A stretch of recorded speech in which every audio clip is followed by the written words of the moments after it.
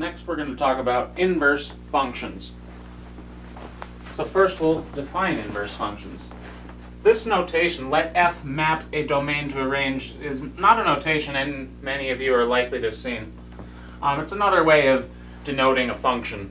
F colon domain arrow range, f takes a domain to a range, f maps a domain to a range. I'm just using it to ease notation a little here. So let f be a function, mapping a domain to a range. Let f to the negative 1. We'll call that f inverse. Let f inverse map, I'll just say for now, the range to the domain. As we see the second example, we'll see more of why I'm a little hesitant to just say mapping range to domain. Let f inverse, flipping the domain and the range around, be the function for which f composed with f inverse equals f inverse composed with f. And both of them simplify to just x for any x in the domain of f and the domain of f inverse. So this function, which satisfies this relation with composition is the important relation for inverse functions. When you take f and compose it with f inverse, it simplifies to just x. Or if you do the composition the other way around. We call f to the negative 1 of x f inverse of x, or the inverse function of f of x. And the inverse function has a nice visual in this remark. F and f inverse are symmetric about the line y equals x. And that's highly related to these domains and ranges flipping around when defining an inverse function. So let's look at this example. Sketch f of x equals 3x plus 4 and f inverse of x on the same xy plane. So 3x plus 4 is just a line, and I wrote it in the slope-intercept form since we're going to graph it here. So let's graph them here. What is it? 3x plus 4? I think this will work. So 3x plus 4, y-intercept of 4, put it up there. Slope of 3, so it's kind of slanted, like that. So there's f of x, 3x plus 4. Next what we want to do is consider the line y equals x. What does y equals x look like? Well, y equals x is also just a line. It goes through the origin and has slope 1. So I'll just write that like that.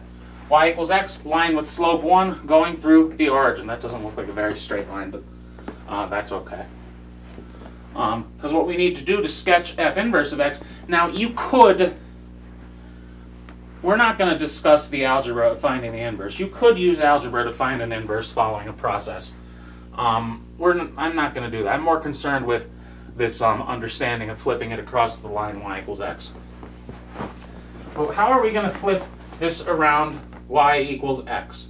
Well, I'm going to use the black marker for this, so f and f inverse look different. How are we going to do that? Well, I like to do it by looking at the point where they intersect, and then taking this first piece and flipping that's terrible. And flipping that over y equals x. So that would look kind of like that. I mean, that really shouldn't look like a horizontal line. Does that look horizontal from far away? Yeah. Yeah, okay, that's fine. So right there we have that piece. And what about this other piece? Well, we flip this other piece across the line y equals x. With paper, you could see this by, by like folding your paper over the line y equals x and then like drawing really hard on this function, and that'll give what it gets when it flips over. The rest of it would look like that. So right here we have f inverse of x. I think that first piece looked horizontal when I first drew it just because it was such a small piece. But as I continued it does have a positive slope. So right here, we flipped the function across the line y equals x, and we used that to find a sketch of f inverse of x. Let's try that with another example. Let's try that with x squared, and let's see what happens. So notice in this definition, there was an implied behavior of our functions. What was the implied behavior? Well, I'll give you a moment to read over that definition again. Something was implied which restricted what we could do.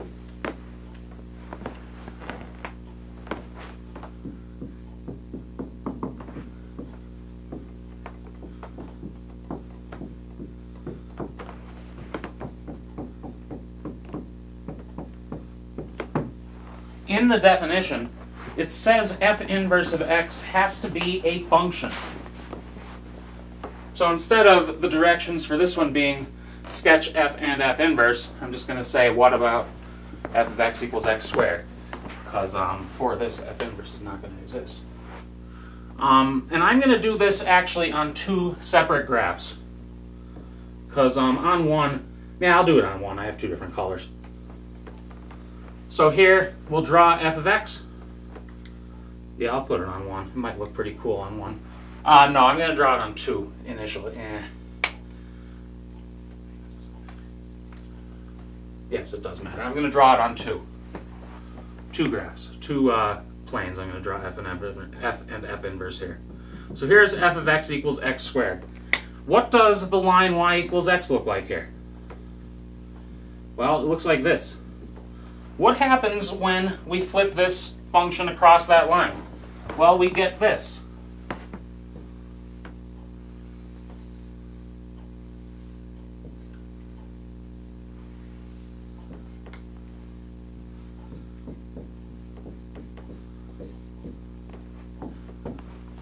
F inverse of x would look like that if we flipped it over that line. Now, in this first example, what we got as f inverse worked because it gave us a function. But here, notice this is not a function. Why is it not a function?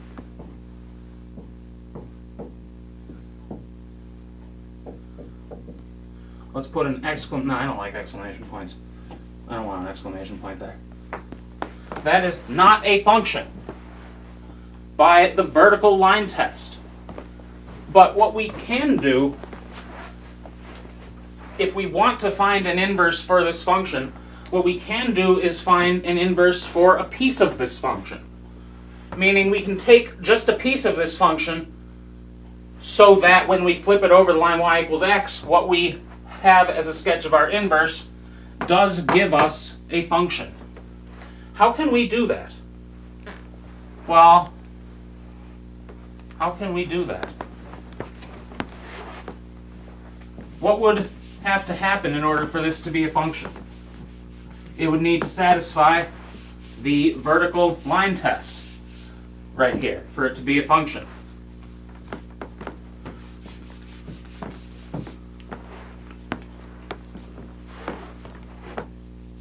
How can we make this satisfy the vertical line test? Well, there are two ways I can see. What if we get rid of a piece?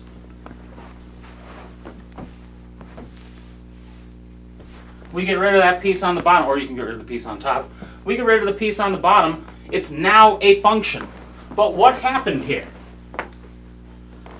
How can we, if we remove that piece over here to make that inverse the graph of that inverse a function, what would we correspondingly have to remove up here? I don't know if correspondingly is a word, but it worked. What would we have to remove up here? Well, what piece did we reflect that gave us that? We would have to take only this piece.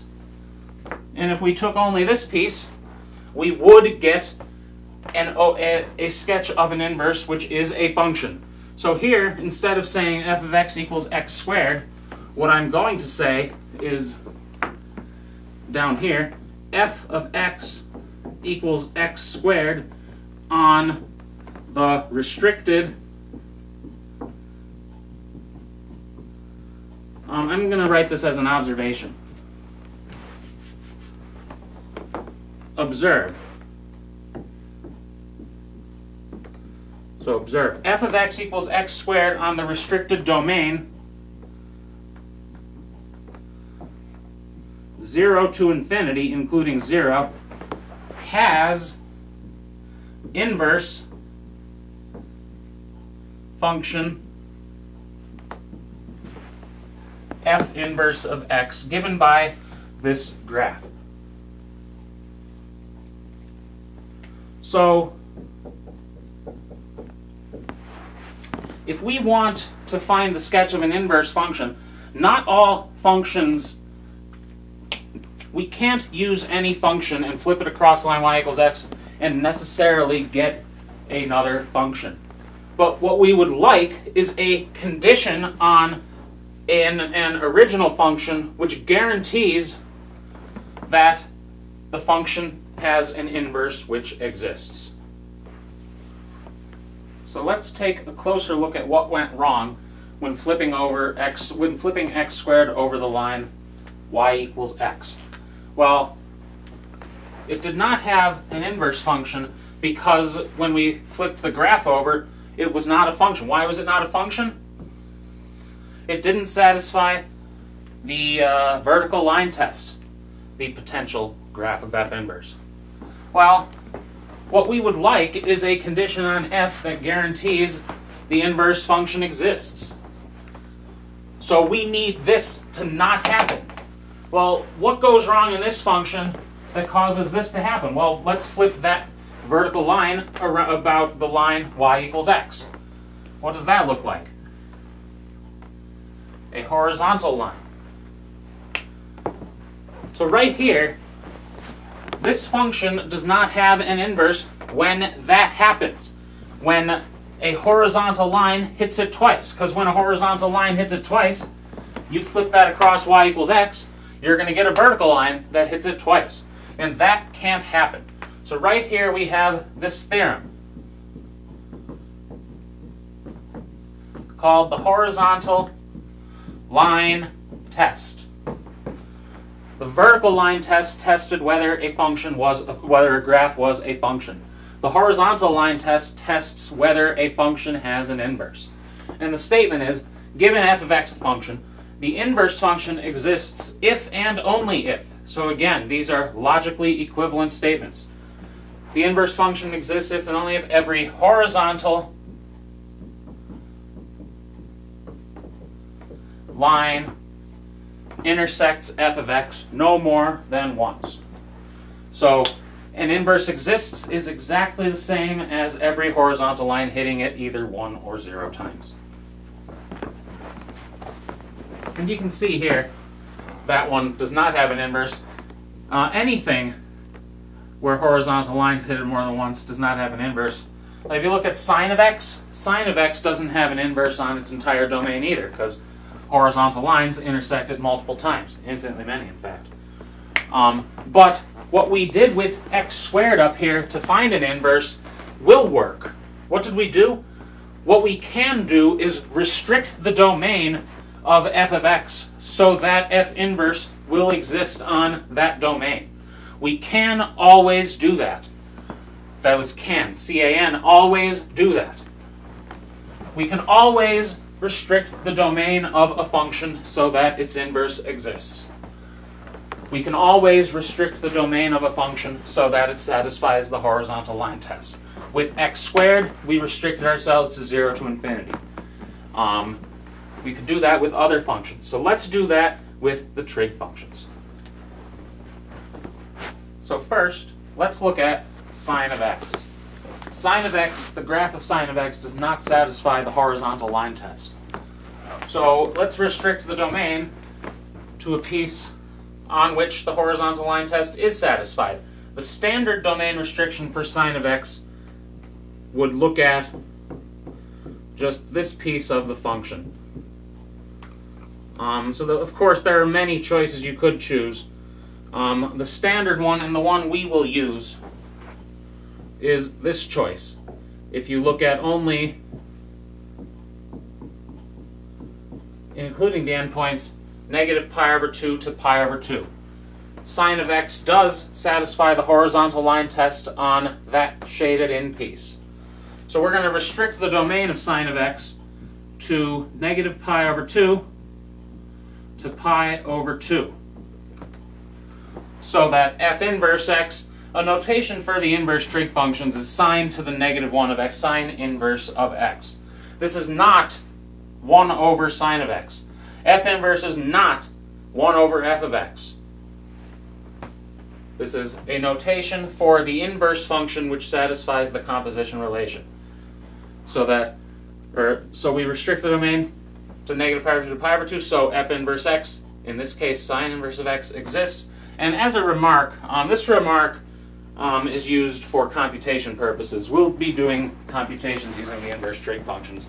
So this remark is for those purposes. Sine inverse of x, remember, the inverse function flips the domain and range around. So sine of x takes negative pi over 2, in this case, negative pi over 2 to pi over 2 as input, throws out 1 to negative 1 to 1 as outputs. Sine inverse flips that around. Sine inverse of x takes as its input something in negative 1 to 1 and throws out as an output some angle between negative pi over 2 and pi over 2. And a visual for that, the angles negative pi over 2 to pi over 2 would be in quadrants 4 and 1, but also some of the axes. So it's in those quadrants, but for 0 and 1, you'd have to make an axis observation. For sine inverse of 0, sine inverse of 1, sine inverse of negative 1, you'd have to make an axis observation. But sine inverse for any other numbers would give you angles in quadrants 1 or 4. Now let's look at cosine of x. Just like sine of x, there is a standard domain restriction for cosine of x. The standard domain restriction here, remember we want the horizontal line test to be satisfied. Standard domain restriction here is this piece, 0 to pi. The horizontal line test is satisfied there. That is the standard domain restriction for cosine inverse. We restrict the domain so that the inverse cosine exists. Cosine now satisfies the horizontal line test. And just like with sine, cosine x is going to take as its input numbers between negative 1 and 1, but cosine inverse is going to throw out as output angles between, they are numbers, angles between 0 and pi, and also including 0 and pi. And notice angles 0 to pi are quadrants 1 and 2, so there is a slight difference. Sine inverse is going to throw out quadrants 1 and 4 and axes. Cosine inverse is going to throw out quadrants 1 and 2 and axes as its output. And now, before doing computations, let's just look at how to define the inverse tangent function. Now, again, the horizontal line test is not satisfied for tangent of x, but we have a similar domain restriction. This one, the domain restriction will be all of that piece. Well, the domain restriction, we will restrict our domain so that the only piece of function in consideration is that piece. So between negative pi over 2 and pi over 2. And for the remark, I'm going to be a little lazy. Am I going to be lazy? Yeah, I'm going to be lazy. Because I have a board here, and I don't really have room over there to write this whole thing. So I'm just going to rewrite this observation, but for tangent. So down here, we restrict the... I shouldn't have erased that. We restrict the domain of tangent inverse x to negative pi over 2 to pi over 2, so that f inverse x equals tangent inverse x exists. But one thing to observe, at pi over 2 and negative pi over 2, tangent x doesn't exist, so there is a slight difference here.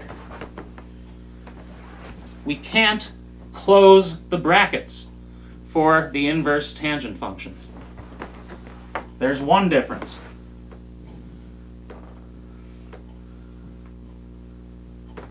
tangent inverse x throws out as output numbers between negative pi over 2 and pi over 2, but not including them. What does it take as its input? Well, what it takes as its input is the output given by this shading in. It looks like everything. There's another difference. The inverse tangent function can take anything as its input. So negative infinity to infinity. Tangent inverse function takes as its input something in negative infinity to infinity, and throws out as its output something between negative pi over 2 and pi over 2. If anybody is planning on taking a higher level math class, like an introduction to proof class, when you're discussing cardinality, tangent inverse x is used to show that this interval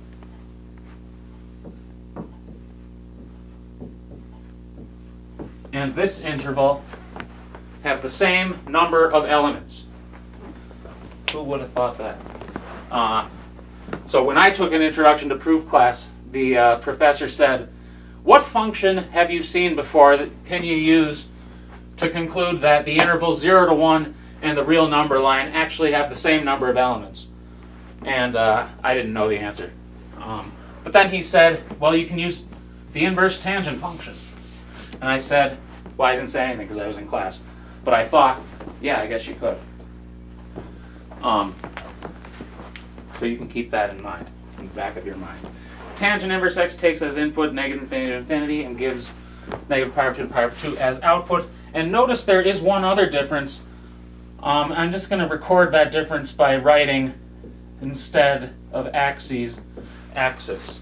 So if you look at negative pi over 2 to pi over 2 in here, for sine inverse of x, you could get everything, any angle between those. But for tangent inverse x, you can't get negative pi over 2 or pi over 2 as an output. And let's look at a couple examples of these, because that's, I mean, I'm not going to test you on like actually proving that. What I could test you on is evaluating inverse trig functions at points. So let's just do a couple examples. And the thinking is actually quite similar to the thinking for evaluating trig functions at points. Evaluate. Let's do sine inverse of 1 over root 2. Let's do cosine inverse of 0. Let's do tangent inverse of, let's see, negative 1 over root 3. And to do these, we are going to recall our circles and unit and our triangles and unit circle observations. I like using those for these.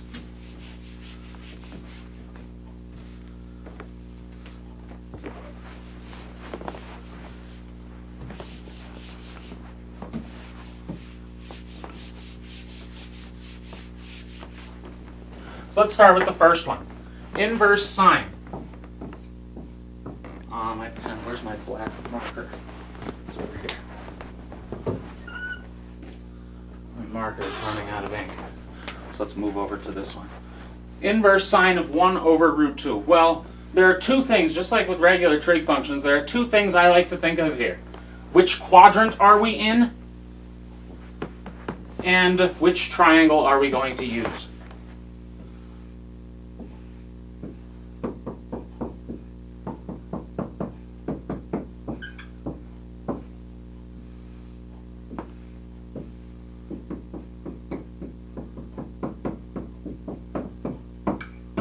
Let's draw those triangles for now. First, let's figure out which quadrant we're in. With inverse trig functions, the sign of the input tells you which quadrant you're in. How? Well, remember, sine took as its output, or inverse sine takes as output angles in quadrants 1 and 4. But angles in quadrant 4, sine evaluates to a negative. Here we have a positive. So the inverse sine is going to evaluate to an angle in quadrant 1. Sine of quadrant 1 is positive, sine of quadrant 4 is negative. If this were a negative, we would be looking at an angle in quadrant 4, but it's positive, so we're going to keep in mind quadrant 1. I'm just going to write that down. Now what else do we need? Well, I like to just look at the triangles. We need an angle whose sine is 1 over root 2. Well, sine of pi over 4 is 1 over root 2. So the inverse sine of 1 over root 2 is going to be pi over 4 thrown in the first quadrant. Well, pi over 4 is already in the first quadrant. So sine inverse of 1 over root 2 is in quadrant 1 because this is positive, and we use the triangle to get the angle. Now let's look at the next one. Cosine inverse of 0, or inverse cosine of 0, however you want to say it. With this, I again like to remember that inverse cosine, we're immediately restricted to being in either quadrant 1 or 2 or on one of those axes. But when the input for an inverse cosine or inverse sine is 1 or 0, that tells us that we can use the unit circle to figure out what the inverse trig function evaluates to. Because on these axes, sine and cosine are 1, -1, and 0. So we're looking only at these three pieces. We don't even need to consider that for inverse cosine. Where is the inverse cosine 0? Well, it's where the x-coordinate is 0. Right there. Pi over 2. And since it was on an axis, we don't even have to think of quadrants for that one. Now, how about this last one? Inverse tangent of -1 over root 3. Well, again, it's not a 1. Well, it's not a 0. With tangent 1 is a little different. But remember, inverse tangent will give us angles in quadrant 1 or 4. In quadrant 4, tangent is negative. So in quadrant 4, tangent evaluates to negative. That means that our answer here, since that's negative, is going to be in quadrant 4. Can't be in quadrant 1, sine or tangent is positive. And now we need a 1 over root 3. Well, there's a root 3 up here. Now, which angle do we use? Well, tangent is opposite over adjacent. We need opposite over adjacent to be 1 over root 3. 1 over root 3.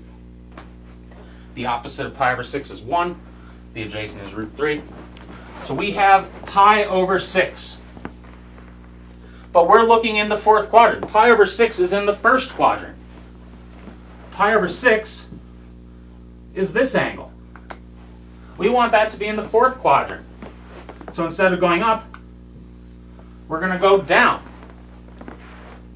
And going down, going in the negative direction as far as these angles are concerned, would make this angle a negative.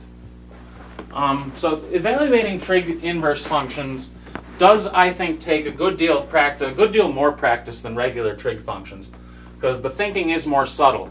But I, again, like to go back to this diagram, restricting the quadrants, or looking at the quadrants based on the domain restrictions, looking at the unit circle, and these triangles.